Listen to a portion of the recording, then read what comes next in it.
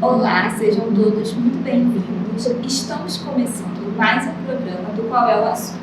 Para você que já nos conhece, hoje nós temos mais uma entrevista. Para você que está chegando agora pela primeira vez, essa é uma série de entrevistas do nosso novo canal de entrevista da Igreja de Nova Vida de Santa Catarina. Qual é o Assunto surgiu com o objetivo de levar até você conteúdos importantes e relevantes baseados numa perspectiva bíblica. Nesse mês de setembro, nós estamos falando sobre depressão e suicídio. Hoje, especificamente, nós vamos falar sobre a importância da família. E para isso, nós vamos estar recebendo o pastor Carlos Henrique.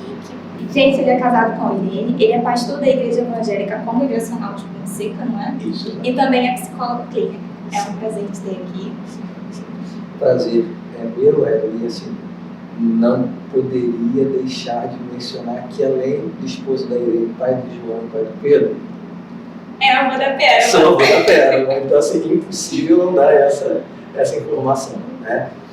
E sou pastor ali da Igreja Congregacional de Ponte Seca há 25 anos, sou formado em Teologia pelo Seminário Teológico Congregacional do Rio de Janeiro há 26 anos e há 15 anos psicólogo clínico, né? Tive a oportunidade no seminário de conhecer um pouco mais da psicologia, né, aplicada à questão da teologia, né, principalmente no que diz respeito ao aconselhamento pastoral, né. E aí eu tive um encontro ali que eu pensei assim, esse negócio não vai poder parar aqui, né, a gente vai ter que continuar. E aí depois de estar há uns 5 anos no ministério integral, efetivo, resgatei, né, o desejo do seminário de voltar a estudar, e aí fui para a minha graduação em psicologia clínica. Como você sabe, porque você é da área, né? Nós nunca paramos de estudar, né? É um slogan, ou foi durante um tempo um slogan do curso de pós-graduação da PUC, se eu não estou enganado, acho que sim, que o psicólogo só para de estudar quando o homem para de se questionar. Como o homem não para de se questionar nunca, né? Então nós não paramos nunca de estudar. E aí depois então da psicologia clínica, eu fui fazer minha especialização em gestalt terapia, né? Uma abordagem da psicologia e também terapia de casal e família. Então hoje eu sou pastor congregacional, psicólogo clínico, terapeuta de casal e família. É um privilégio para mim estar com vocês aqui hoje, podendo compartilhar esse assunto tão importante que trata da importância da família em tempos de crise, em tempos de transtornos emocionais, mentais. Espero poder contribuir com vocês de alguma maneira. O prazer é todo nosso. E falando sobre família, né, que é o nosso tema de hoje, a gente tocou até num ponto importante, que é a importância da família. A gente está vivendo um momento muito delicado, que é o surgimento de tantos transtornos que até tempos atrás não se falava tanto. E como que fica nessa questão familiar? Porque para que tem um familiar dentro de casa que está com sofrimento, também é muito difícil lidar com isso, né? E para quem está sofrendo, qual a importância do familiar presente? Sim. Responder essa pergunta, eu acho que vai depender muito da ideia, da noção de família que a gente tem, né? Dependendo da visão que a gente tem sobre família, dependendo do conceito que a gente tem de família, a gente pode compreender com mais facilidade ou com menos facilidade, né? O que eu estou querendo dizer? Para nós, e aí vou puxar um pouquinho para a minha abordagem, né, que é a Gestalt, mas não é uma coisa tão desconhecida, principalmente para quem trabalha com família hoje, porque há sempre um trabalho muito voltado para a questão da teoria sistêmica, do Bertalan, enfim.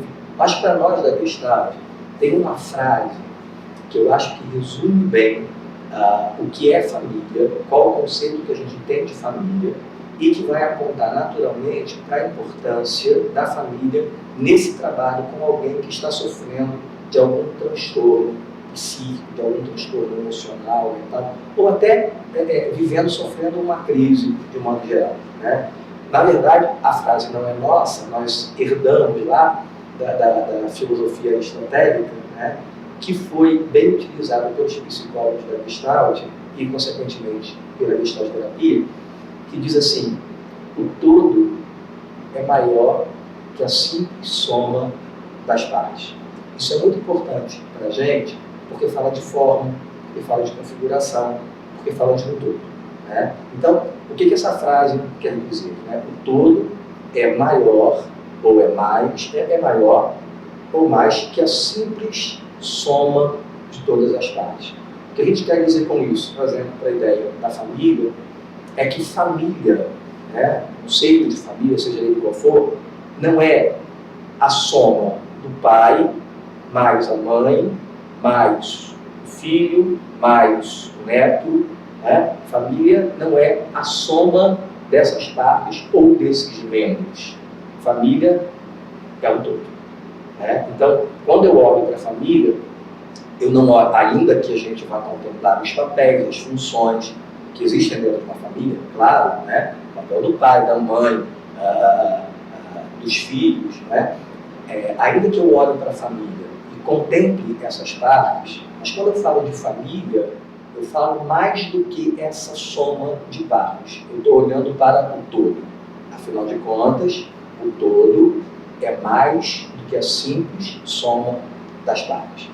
E aí, como eu falei da teoria sistêmica, né, do Bertalanffy, que vai influenciar essa visão, a gente concebe a família como um sistema, né? Um sistema constituído por diversas partes. O que acontece com um membro dessa família, o que acontece com uma parte dessa família, invariavelmente vai atingir, reverberar esse todo. Então, assim, não tem como um membro dessa família sofrer uma dor, passar por um sofrimento, e isso não afetar esse todo.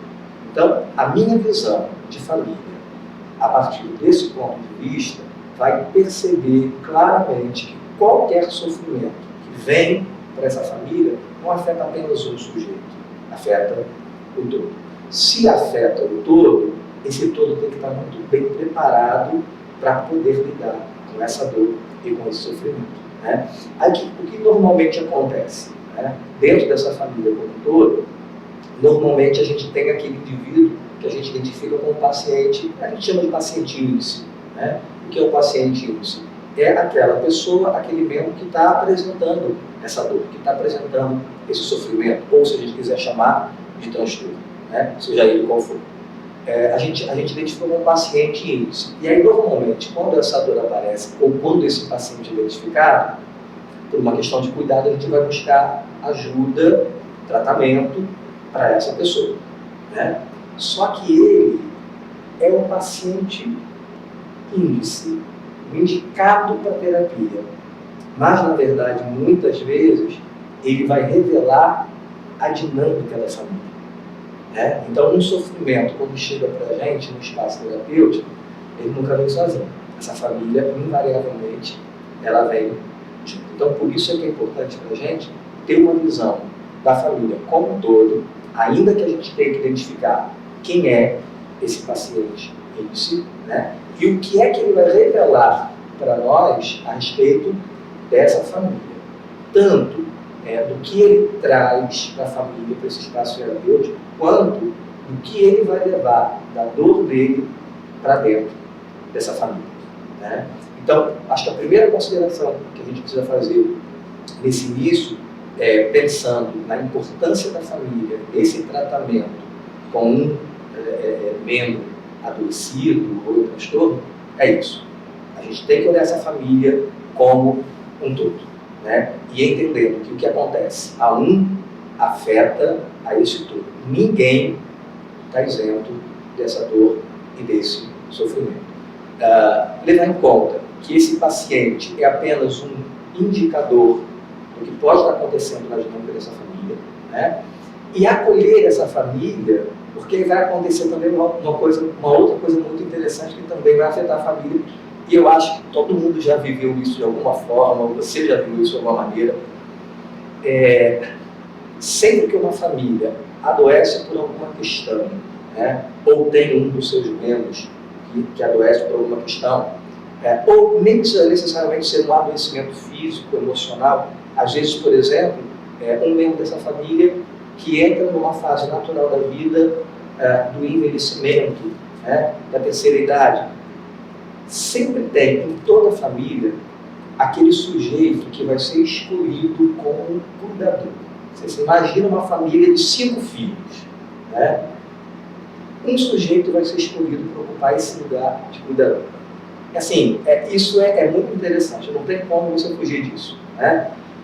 E normalmente vem uma reclamação, né? Poxa, mas ninguém me ajuda, eu fiquei sobrecarregado. Às vezes um ajuda com recurso financeiro, outro ajuda levando ao médico, mas normalmente esse paciente, ele elege um membro da família como seu cuidador.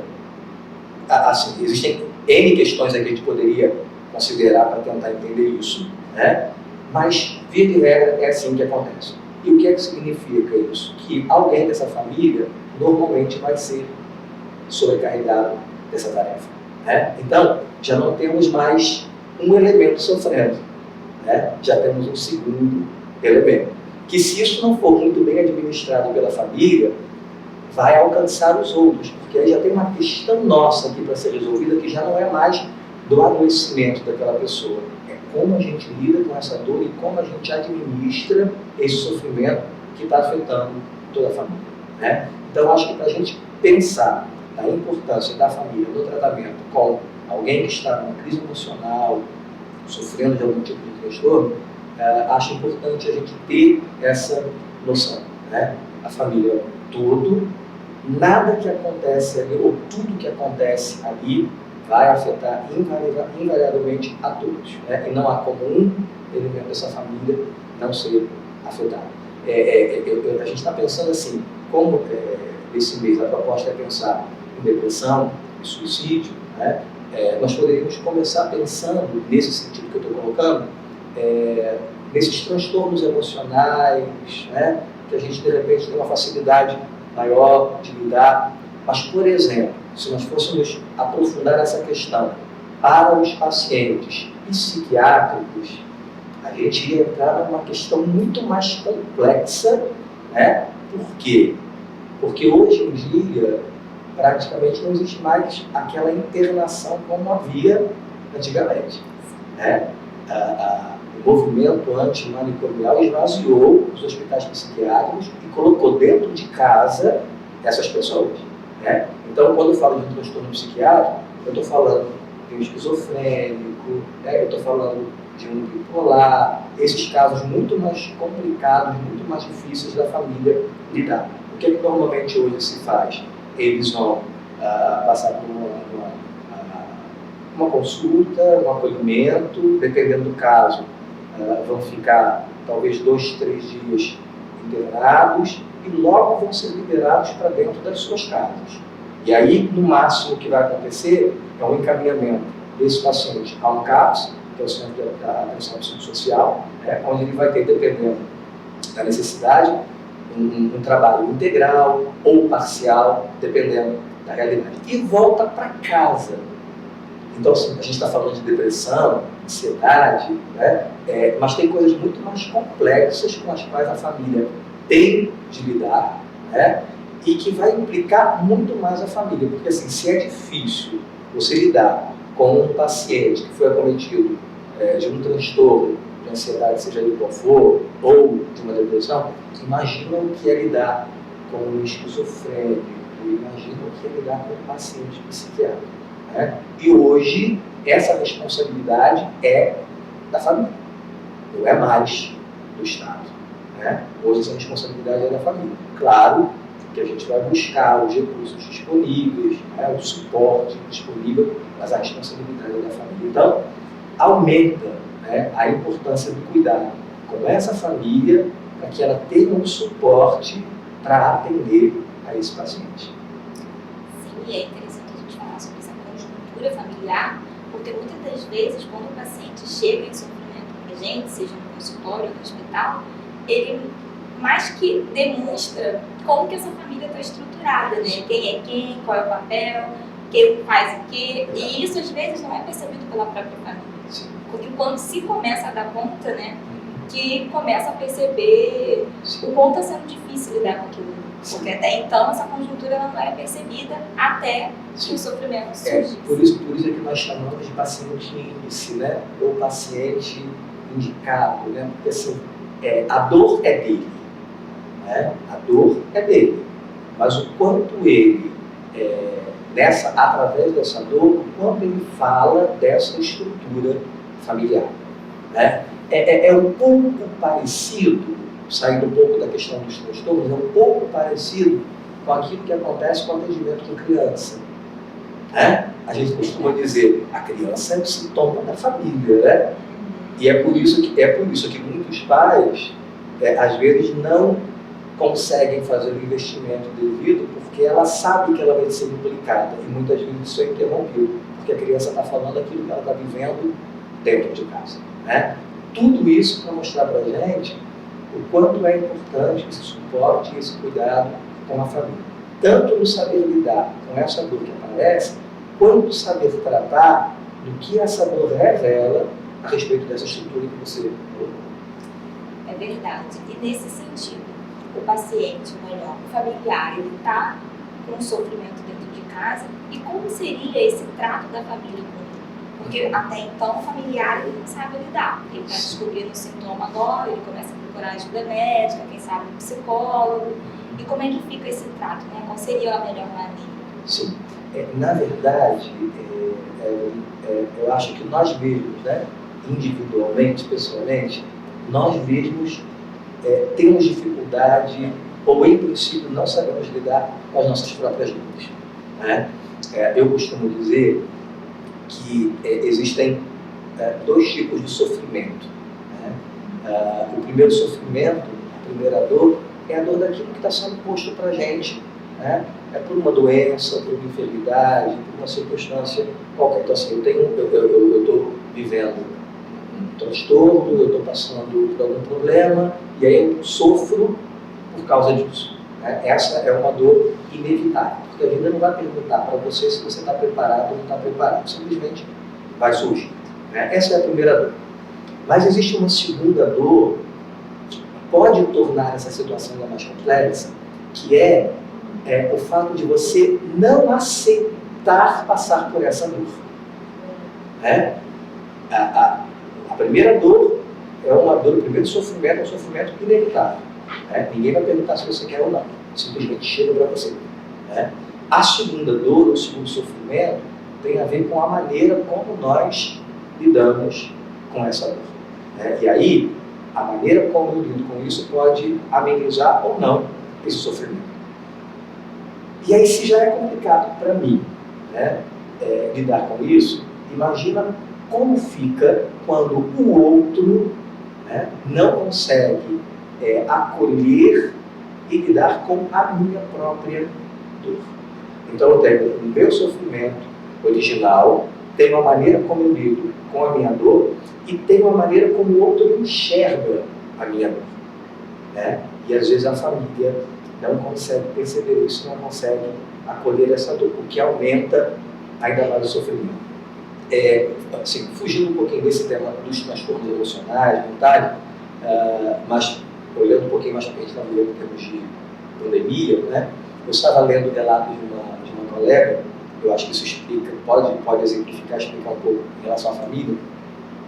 Ela testou soro positivo para a Covid, e aí ela passou por uma experiência tão desagradável que ela postou isso num dos nossos grupos de colegas, de amigos. Ela testou positivo para a Covid-19 e aí foi ao médico, e aí atestado, 15 dias, medicação e tal, retornou ao médico, todo aquele procedimento, e ela foi autorizada a voltar ao trabalho, né? E ela voltou ao seu trabalho. Primeiro dia de trabalho, horário de almoço, ela vai sentar com duas amigas na mesma mesa.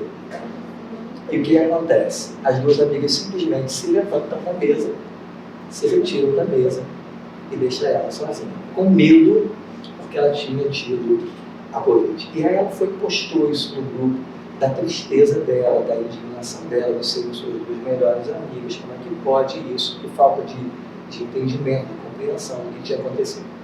Aí eu estava escutando essa colega fazer essa narrar esse fato, e eu estava pensando assim, onde é que tudo, onde é que esse desencontro, né, esse rompimento, que ela rompeu com essas amigas, assim, eu não tenho como me aproximar dessas pessoas, tamanha tristeza, decepção. E eu estava pensando assim, onde é que isso começa? Isso começa com a ignorância. Né? A ignorância no sentido do desconhecimento de um fato, ainda que a gente não saiba tudo sobre o Covid, né? Mas o fato dela ter sido liberada por um médico para voltar ao trabalho significa dizer que ela está apta a conviver, porque se ela não estivesse apta a conviver, o médico não a liberaria. Né? Então, assim, o primeiro fato, a ignorância enquanto o desconhecimento de uma realidade, a falta de informação. Né? O que é essa ignorância enquanto desconhecimento, enquanto uma falta de informação, e em todas as áreas da vida? Né? O que essa ignorância promove? Preconceito. Se eu desconheço um determinado fato a respeito de um determinado assunto, eu começo a ter ideias preconceituosas. Eu formulo né, os meus pré-conceitos, as minhas ideias a priori. Né? Então, desconhecimento que gera preconceito. E o que é que o preconceito produz? Discriminação. Então, eu ignoro alguma coisa, eu desconheço algo a respeito de alguma coisa, por causa da minha ignorância, eu formulo os meus preconceitos, por causa dos meus preconceitos, eu discrimino. Foi o que elas fizeram, se levantando da mesa. E, consequentemente, o que é que vem? O rompimento. Né? Então, eu discrimino e aí, naturalmente, eu rompo essa relação. O que é que isso tem a ver com esse movimento da família ao acolher? E eu estou pensando aqui que talvez essa família não seja só a família nuclear, não seja só a família biológica, né? Talvez essa família seja outros tipos de grupos sociais, como até a igreja, por exemplo, né? Que a gente chama de família e que, na verdade, é uma família. Né? Então, essa dinâmica da ignorância, do preconceito, da discriminação e, consequentemente, do rompimento, a gente também pode perceber isso dentro da família. Em que sentido? Quando a gente desconhece essa dor, esse sofrimento promovido por um transtorno emocional. Por exemplo, que é o nosso caso aqui, né? O que é que nós sabemos sobre depressão? O que é que nós conhecemos sobre depressão? O que é que as pessoas sabem sobre esse assunto? Quantas pessoas confundem a depressão com uma tristeza? Quantas pessoas acham que a depressão é uma fraqueza, que a pessoa precisa ser forte para superar aquilo? Se você não conhece sobre esse tema, se você é, com todo respeito, ignorante no sentido de desconhecer sobre esse assunto, provavelmente você vai formular um preconceito sobre isso. Aí vem essas ideias, Não, o depressivo é um fraco, é alguém que está desocupado, Se tivesse uma atividade não passava por isso. Muitas coisas a gente escuta, Não levanta da cama porque não quer. Não levanta da cama porque não quer, Alguns são até mais pejorativos, Você vai lavar uma roupa, vai arrumar uma casa, como se a pessoa estivesse sofrendo aquela dor, passando por aquele drama, porque é um drama, simplesmente porque ela decidiu viver aquilo assim. Ouvindo pessoas que passaram pela experiência da depressão, a dor que elas mais carregam é a dor da falta da compreensão.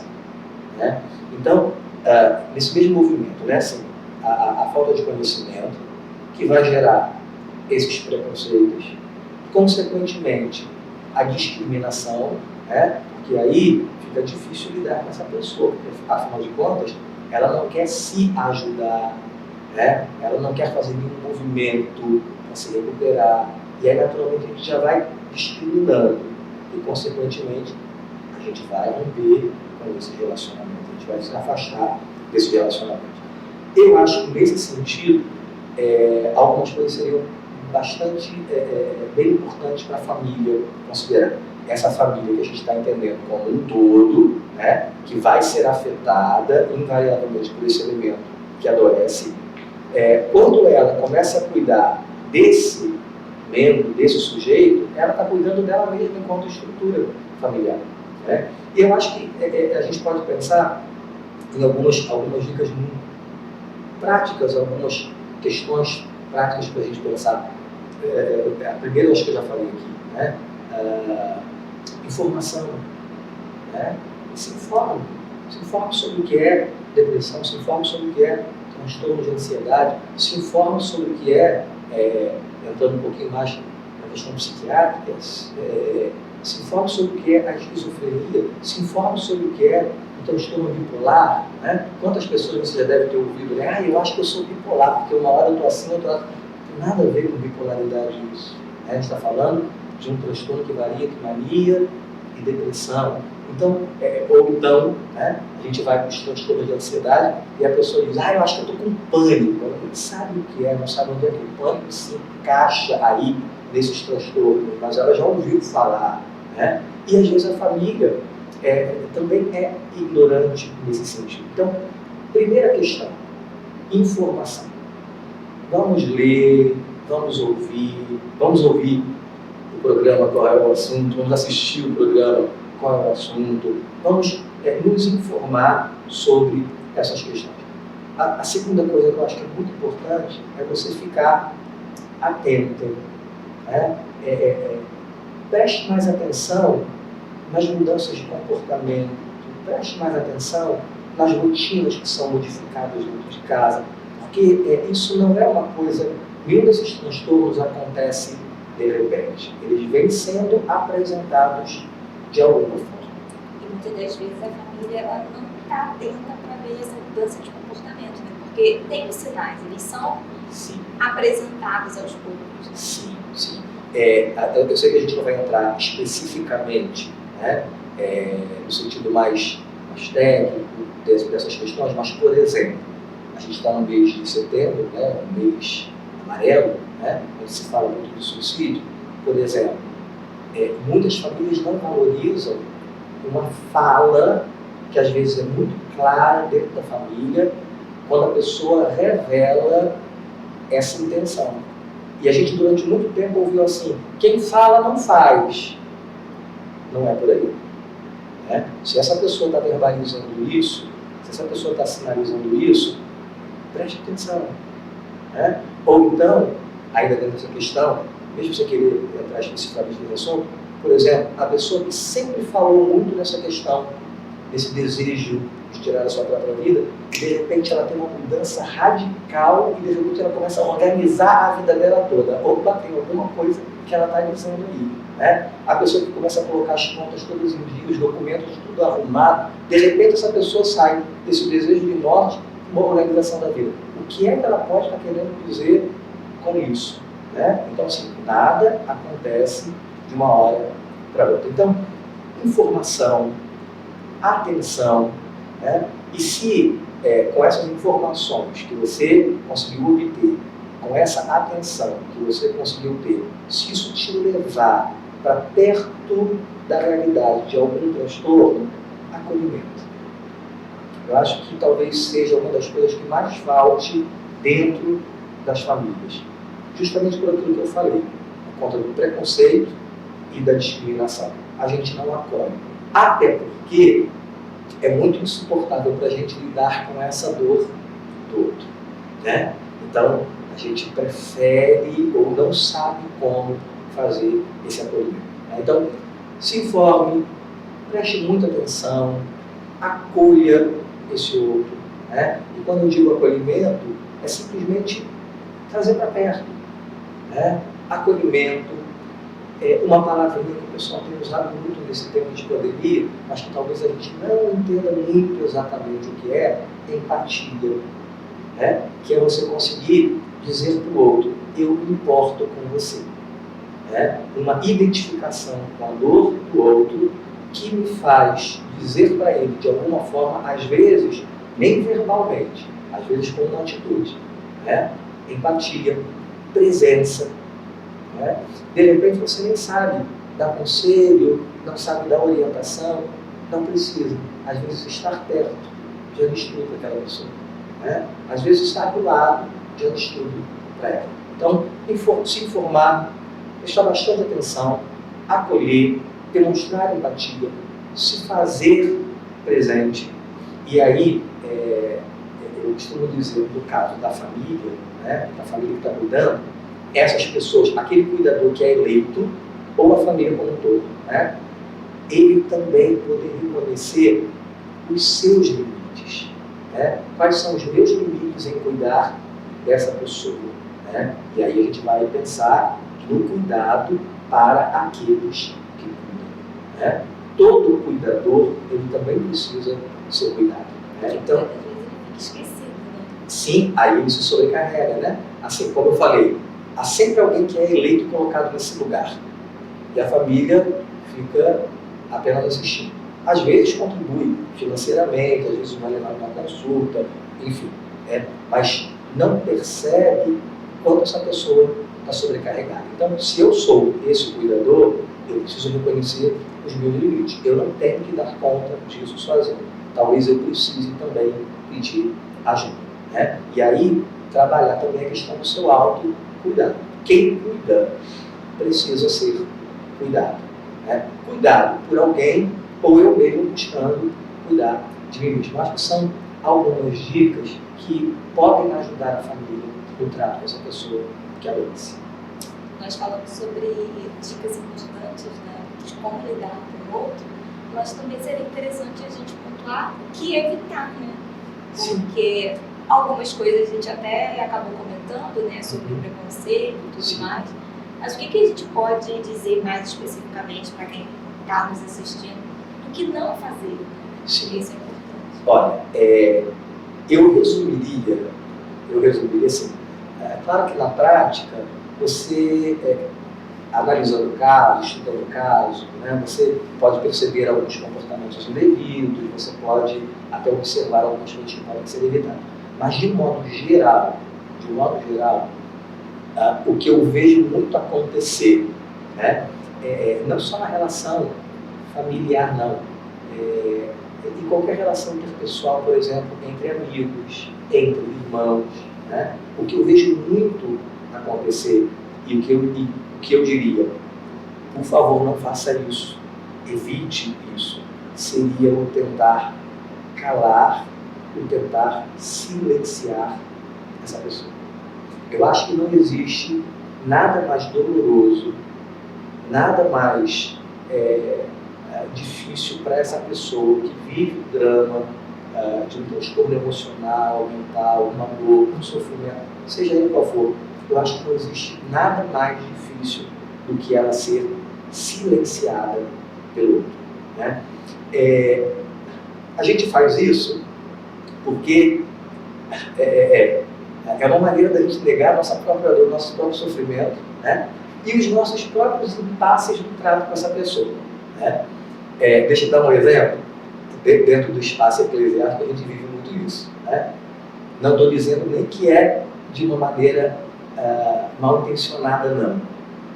Mas como a gente costuma perceber isso? Alguém que vai compartilhar com o irmão a sua dor, né? E aí fala de um problema que está vivendo, de uma situação difícil que está enfrentando, de uma doença, de uma enfermidade, e aí coloca para você, e aí você para, olha, escuta, e aí você não consegue mais ouvir aquilo, porque você não sabe o que vai fazer com aquilo, e aí você diz assim, não, irmão, pode deixar que nós vamos orar. Eu fico me perguntando assim, vai orar mesmo? Primeira questão que vem para mim, vai orar mesmo? Ou esse, tá bom, irmão, nós vamos orar, significa dizer para ele assim, pode parar de falar, eu já ouvi o que eu podia ou o que eu suportava ouvir. né? Então, a gente não percebe como que através do nosso comportamento a gente vai tentar calar essa pessoa, silenciar essa pessoa. Não existe dor maior para alguém que enfrenta um transtorno emocional, um transtorno mental ou qualquer outra dor, qualquer outro sofrimento. Não existe nada pior do que ela ser silenciada, né? A gente entende isso como uma grande dor. E aí, pensando um pouco mais na nossa maneira de ver a vida, de entender a vida, né? E de conceber Deus presente na nossa vida, por exemplo, a gente crê, né, em um Deus que se revela claramente pela sua palavra, né? A gente crê num Deus que cria tudo pelo viés da palavra, né? Disse Deus, haja, e foi criado, né? Assim, Deus se revela pela palavra. A palavra dele diz, autor aos Hebreus, né? Nós não sabemos quem mas está lá, né? A carta aos Hebreus diz que a palavra de Deus é penetrante, que a palavra de Deus é eficaz, que a palavra de Deus é mais cortante do que espada de dois gumes e é capaz de discernir pensamentos e intenções, dividir alma e espírito juntas e medulas, e é penetrante a palavra de Deus, né? O salmista diz que a palavra do Senhor é como um martelo que esmiuça a pele, né? Então, assim, a gente crê num Deus que é o Deus da palavra, que é o Deus do verbo, né? É um Deus que se revela pela palavra, que cria tudo pela palavra.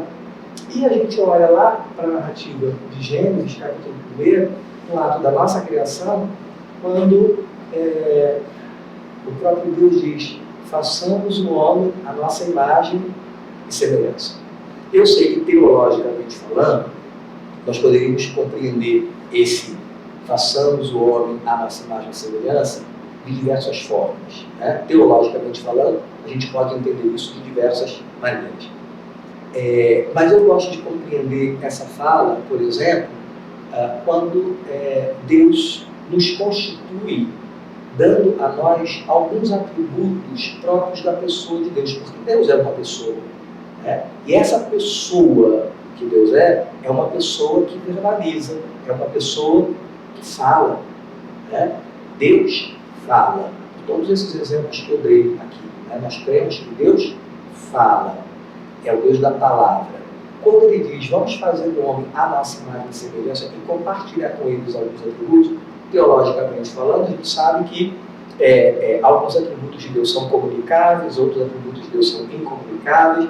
Nós fomos criados à semelhança de Deus, não no sentido físico, claro, porque Deus é Espírito, né?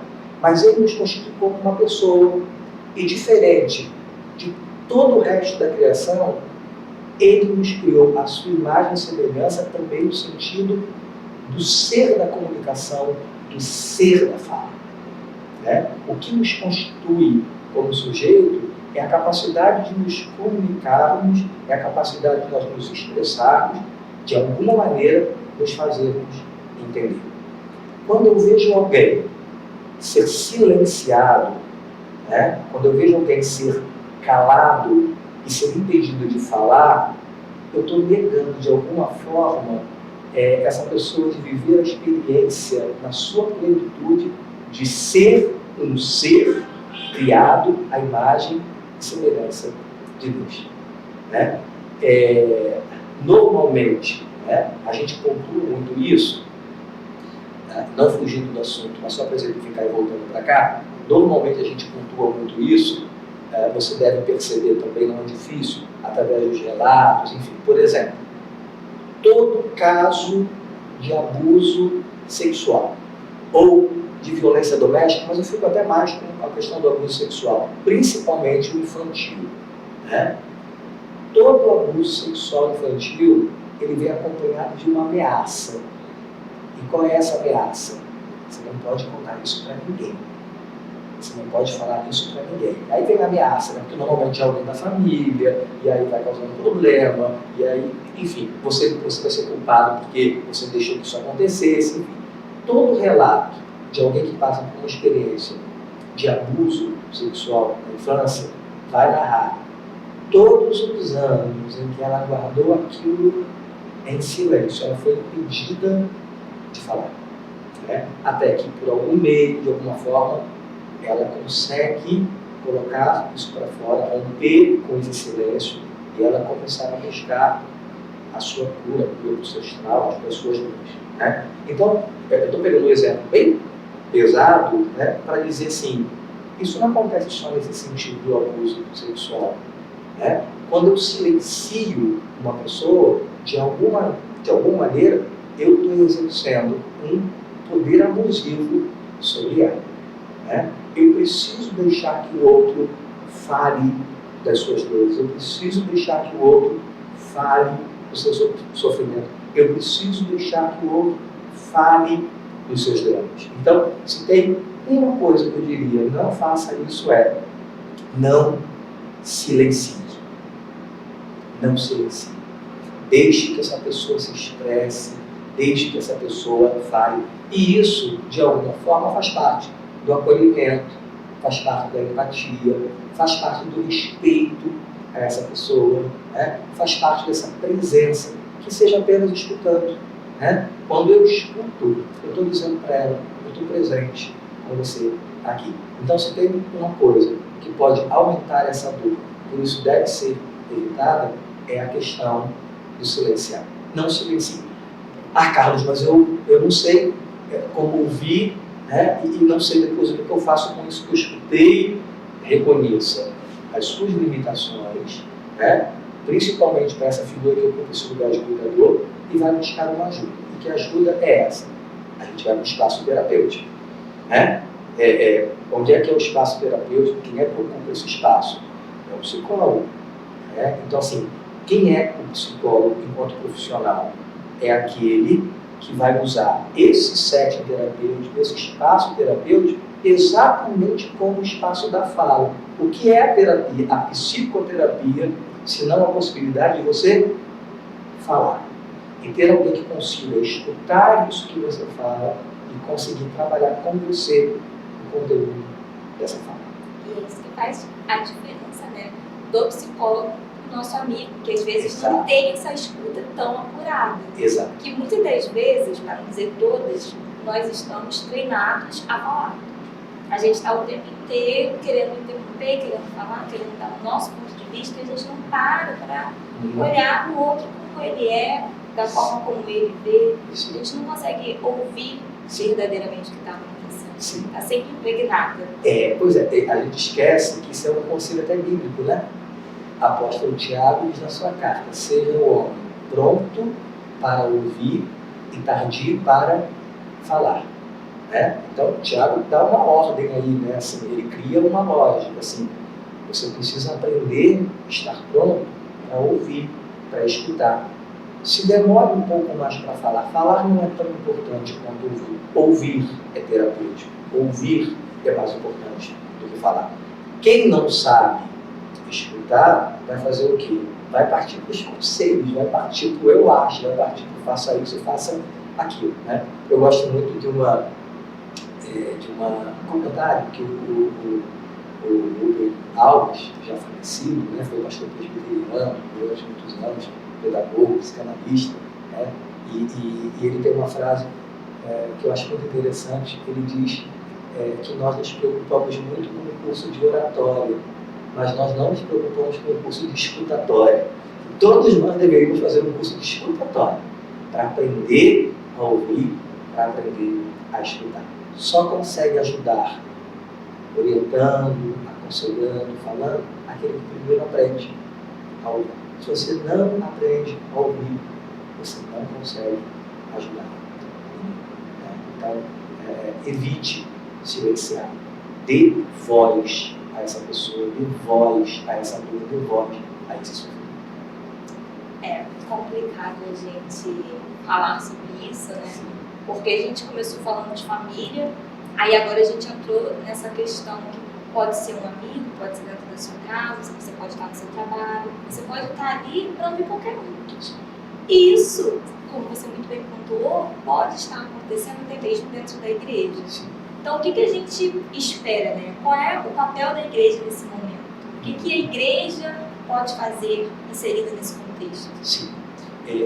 Antes de responder, porque a gente estava falando sobre a questão do falar, né? Agora, dia 27 de agosto, foi o dia do psicólogo, né? E aí, como de costume, nós recebemos várias postagens, né? Vários comentários, enfim. E aí chegou para mim uma postagem muito interessante, que eram duas imagens. A imagem de cima, duas pessoas conversando entre amigos, e a imagem de baixo, duas pessoas também conversando, só que um cliente, um psicólogo, né? E aí tinha uma linhazinha que saía da imagem de um amigo para o outro amigo, mas no meio era um bolo, assim, alguma coisa saía daqui e chegava lá, mas no meio era um negócio embolado, né? E na imagem de baixo, do cliente para o psicoterapeuta, para o psicólogo, era a mesma linhazinha que chegava ao outro, mas que no meio era exatamente o contrário. Ela era desembolada, né? Então, assim, o nosso papel é esse, né? De conseguir escutar isso e conseguir desenrolar esse negócio. Vamos tentar entender o que você está falando aqui. Claro que nós não vamos esperar que um amigo, que um familiar tenha essa qualificação, né? Mesmo que não tenha, para entender o que está sendo dito, o que eu faço com isso, apenas escute. Talvez isso já seja o suficiente para aquela pessoa, né? Talvez isso baste para aquela pessoa. Aí, chegando na questão da igreja, né? E aí, a igreja é um lugar que a gente fala muito, né? Estamos numa reunião de oração, trocamos os nossos pedidos, né? Compartilhamos uns com os outros, vamos para os pequenos grupos, ali todo mundo lê um texto e compartilha, enfim. A igreja é uma comunidade que usa muito da fala, né? Não sei se ela consegue usar muito da escuta, né? Mas a fala é aquela coisa da oratória, né? Todo mundo quer falar. Eu gosto muito de um autor, como eu falei, né, no início, na minha apresentação. No seminário, nós temos acesso a várias disciplinas, a várias matérias que compõem o curso. Uma delas é a psicologia, né, e que é muito focado para a questão do aconselhamento pastoral. E naquela época, eu acho que até hoje ainda é muito usado, nós tínhamos uma bibliografia, uma referência bibliográfica que era assim, indispensável para o curso da psicologia pastoral, da poimênica pastoral, do cuidado pastoral, que era o Gary Collins, né, autor do livro Aconselhamento Cristão, um deles, né, que é um manual de aconselhamento legal, né, porque aborda vários assuntos específicos, como aconselhar alguém cometido depressão, ansiedade, suicídio, solteiros, casados. Ele vai bem sistematicamente abordando o aconselhamento em cada um desses casos. E ele coloca a igreja, ele identifica a igreja, ele chama a igreja de comunidade terapêutica. Ele diz que a igreja é isso, né? A igreja é o lugar onde esse aconselhamento cristão, até leigo, se dá, né? Ele diz mais assim, que ninguém vai perguntar a você se você está qualificado ou não para aconselhar alguém. Simplesmente os problemas vão chegar para você. O que você vai fazer com isso é outra história, né? Mas a necessidade das pessoas é tão grande que de repente você está numa fila de banco e alguém está conversando com você e colocando um problema, né? Você está num ambiente de trabalho e alguém está com você conversando sobre um problema, né? Então o Collins ele diz isso, que a igreja ela é essa comunidade terapêutica, né? Quem sou eu para discordar do Gary Collins, né? De maneira nenhuma, concordo com ele, caminho com ele nesse sentido, mas eu assim, ouso dizer que eu afirmaria que a igreja é uma comunidade potencialmente terapêutica. Às vezes ela consegue desenvolver esse potencial, às vezes não. ela tem tudo para ser uma comunidade terapêutica.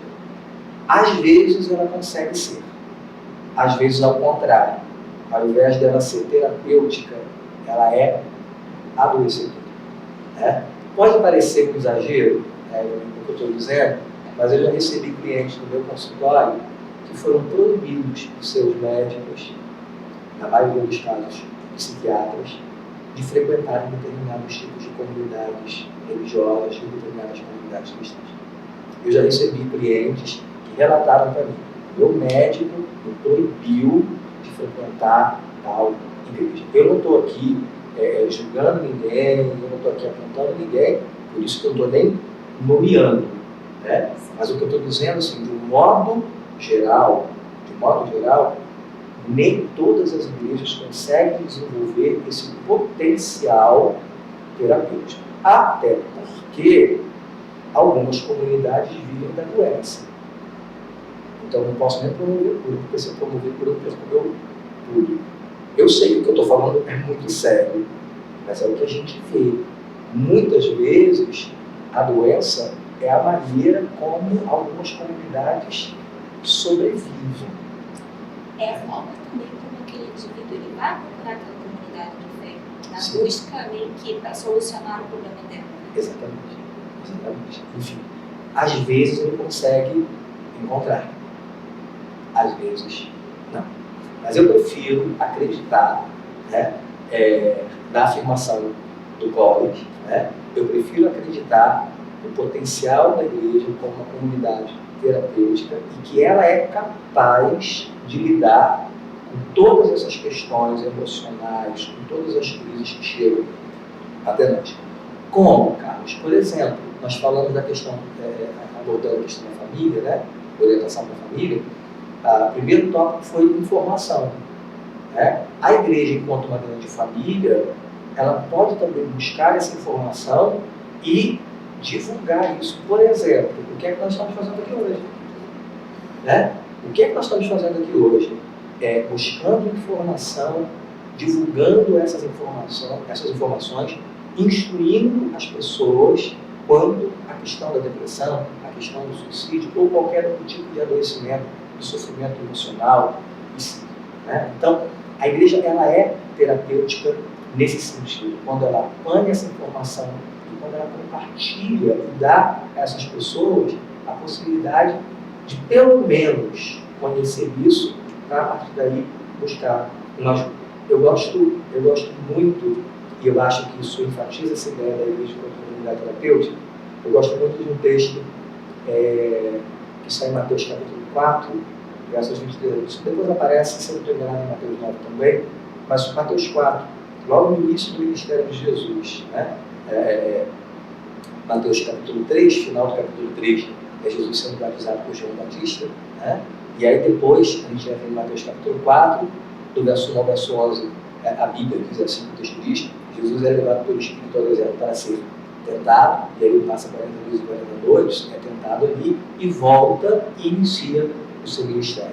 E aí ele começa a convocar os seus primeiros discípulos, os seus primeiros apóstolos. Né? E aí quando chega nesse capítulo 4, no verso 23, Mateus ele faz como que um resumo já, mesmo do início do ministério.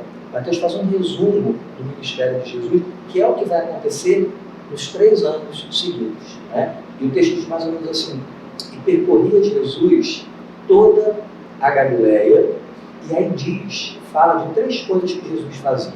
Né?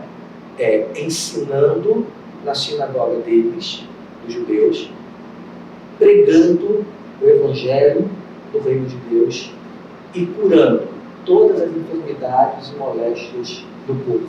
Né? Então, e percorria Jesus toda a região da Galileia, fazendo o quê? Ensinando, pregando ou proclamando e curando. A palavra ali para ensinando é a palavra de daqui, que fala de ensino, né? É o verbo ensinar, de daqui. É uma maneira como Jesus tinha mais do contato pessoal, mais do tete-a-tete, mais daquele grupo menor. Por isso que o texto diz que ele ensinava nas sinagogas. E na sinagoga era um número limitado, não eram todos que frequentavam, enfim. Então, o que Jesus fazia ali? Ele ensinava, ele conversava, ele explicava, ele aprofundava alguns assuntos. Há um momento em que ele, por exemplo, apanha o rolo do profeta Isaías, capítulo 61, que nós temos hoje, né? E ele lê, fazendo referência a ele mesmo como aquele sobre quem havia vindo o Espírito Santo, enfim. Então Jesus fazia isso, ele pegava um texto, ele lia e ele ensinava. A segunda coisa que ele fazia era proclamar ou pregar o reino, né? E aí já não é mais essa coisa íntima, é a coisa que acontecia, por exemplo, no Sermão do Monte, né? Quando ele sobe ali, e aí tem uma multidão ouvindo, ele vai pregar, ele vai proclamar. É a pregação como hoje, né? Assim, ninguém interrompe, ninguém pergunta, eu prego sobre um determinado assunto. Mas o terceiro verbo que me encanta nessa narrativa é o terceiro, assim, ele ensinava na sinagoga, ele pregava o evangelho dele e ele curava todas as enfermidades e moléstias do povo. E a palavra curar, o verbo curar ali, é terapêutico. É isso o verbo. Então eu posso dizer, baseado em Mateus 4:23, que o ministério de Jesus era terapêutico, né? Jesus era terapêutico. Ele curava, terapêutico, todas as enfermidades e moléstias do povo. Ah, pastor, então tá ok. Jesus curava, Jesus tinha um ministério terapêutico. Mas quem ele curava? E aí o verso seguinte, 24, vai dizer quem Jesus curava. A quem ele ministrava essa terapia, né? Essa cura. E aí, eu acho que não é coincidência, está ali para a gente aprender, Mateus relata isso, né? Ele curava todos os endemoniados, todos os lunáticos e todos os paralíticos. Essas três enfermidades que estão colocadas ali, ou moléstas, ou mal, que estão colocadas ali, representam três dimensões da vida da gente, né? Quem eram os endemoniados? Pessoas que eram possessas de espíritos malignos, de espíritos imundos. Todo mundo sabe o que é isso, né? Então, todo mundo já viu uma pessoa possessa de um espírito maligno. Jesus curava os endemoniados no sentido de libertá-los daqueles espíritos. Isso contempla uma dimensão nossa, que é a dimensão espiritual, né? Vou pular o segundo, vou para o terceiro, depois eu volto para o segundo. Ele curava também todos os paralíticos. E claro, nós sabemos que não curava apenas os paralíticos, os leprosos, os surdos, os cegos, aquela mulher que tinha lá uma hemorragia de 12 anos, e muitas outras doenças, né? Mas os paralíticos estão ali para representar uma outra dimensão da nossa existência, que é a dimensão física. Então Jesus era terapêutico para a dimensão espiritual, era terapêutico para a dimensão física. Eu pulei a segunda, né? Que na linguagem de Mateus, ele apresenta como os lunáticos. Há uma tradução mais contemporânea, não sei se é a Nova Versão Internacional, ou se é a Almeida atualizada, não sei se é a linguagem de hoje, mas há uma tradução mais atual, que traduz lunáticos para loucos. Curava a loucura. Eu acho essa tradução fantástica. Porque quem eram os lunáticos? Os lunáticos eram aquelas pessoas que eram acometidas de algum tipo de tormento, de algum tipo de transtorno, que os homens atribuíam às mudanças da fase da lua, né? Então, esses eram os lunáticos. Eles compreendiam assim, né? Quando a lua entrava numa determinada fase, aquilo provocava um transtorno emocional mental, e aquela pessoa sofria de algum tormento emocional. Por isso que é traduzido em algumas versões mais atuais como loucura. Para dizer para a gente que Jesus também é terapêutico no sentido emocional, né? Então, o que Jesus fazia? Ensinava, pregava e curava. Terapêutico. Curava quem? Curava o homem na sua dimensão espiritual, na sua dimensão física e na sua dimensão emocional. Isso é contemplar o homem de um modo integral. Vou usar uma palavrinha que não é muito bem-vinda no nosso meio, mas eu não tenho nenhum preconceito em relação a ela, né?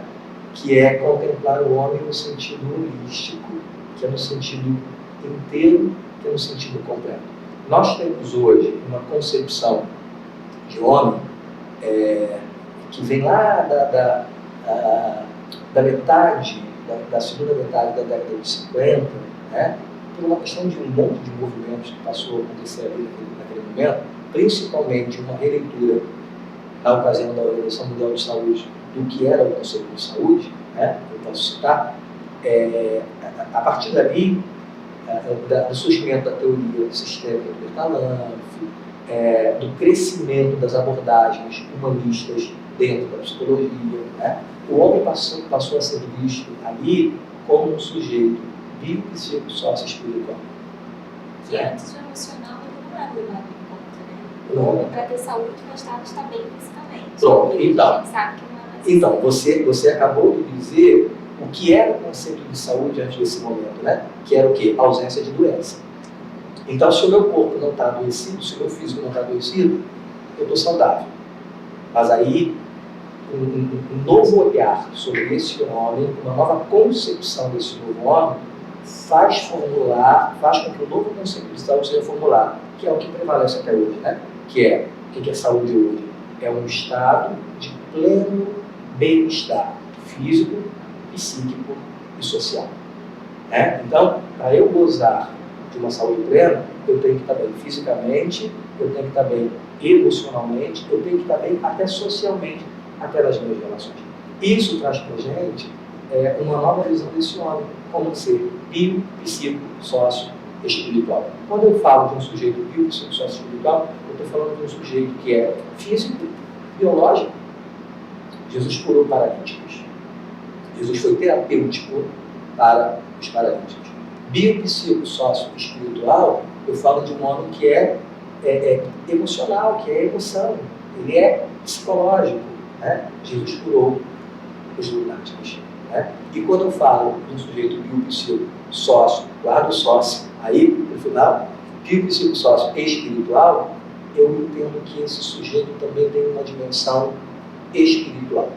Que a gente, às vezes, confunde um pouco com a questão da religiosidade. Eu gosto de separar. Religiosidade é uma coisa, espiritualidade é outra coisa. Nem sempre a gente consegue viver uma espiritualidade saudável, dependendo do viés religioso que a gente está inserido.